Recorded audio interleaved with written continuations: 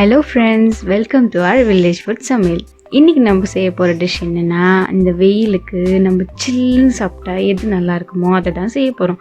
குழந்தைங்களும் அதை ரொம்ப விரும்பி சாப்பிடக்கூடிய ஒரு சூப்பரான டிஷ். அது என்ன டிஷ்னா, சில் ஐஸ்கிரீம். அதுக்கு முன்னாடி நம்ம சேனலை நீங்கள் சப்ஸ்கிரைப் பண்ணலைன்னா சப்ஸ்கிரைப் பண்ணிவிடுங்க. பக்கத்தில் இருக்க பெல் பட்டனையும் கிளிக் பண்ணிவிடுங்க. அப்போ தான் நான் போடுற வீடியோஸ் உங்களுக்கு உடனுக்குடனே வரும். சரி, வாங்க வீடியோக்குள்ளே போகலாம். தேவையான அளவு முந்திரி, தேவையான அளவு பாதாம் ரெண்டுத்தையும் எடுத்து நல்லா மிக்சியில் போட்டு அரைச்சி வச்சுக்கலாம்.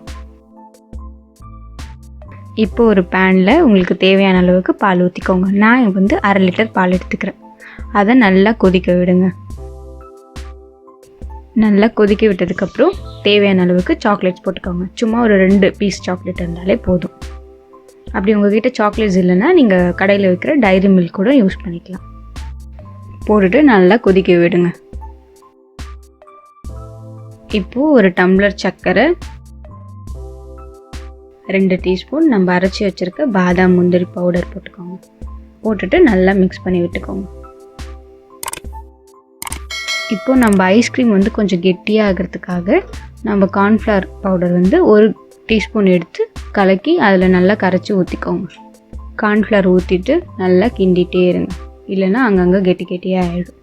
நல்லா திக்காக வர வரைக்கும் மிக்ஸ் பண்ணிகிட்டே இருங்க.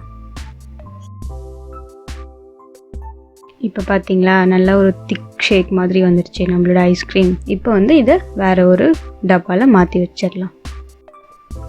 இப்போது அந்த டப்பாவில் ஊற்றி வச்சுருக்க ஐஸ்கிரீம் எடுத்து நம்ம ஃப்ரீசரில் எடுத்து வச்சிடணும். அது வந்து ஒரு 8 hours ஆச்சும் ஃப்ரீசரில் இருக்கணும். நீங்கள் சப்போஸ் வந்து உங்களுக்கு மார்னிங் சாப்பிட்ணுன்னா நீங்கள் ஈவினிங்கே செஞ்சு வச்சுட்டு அதை மார்னிங் கூட எடுத்து சாப்பிட்லாம்.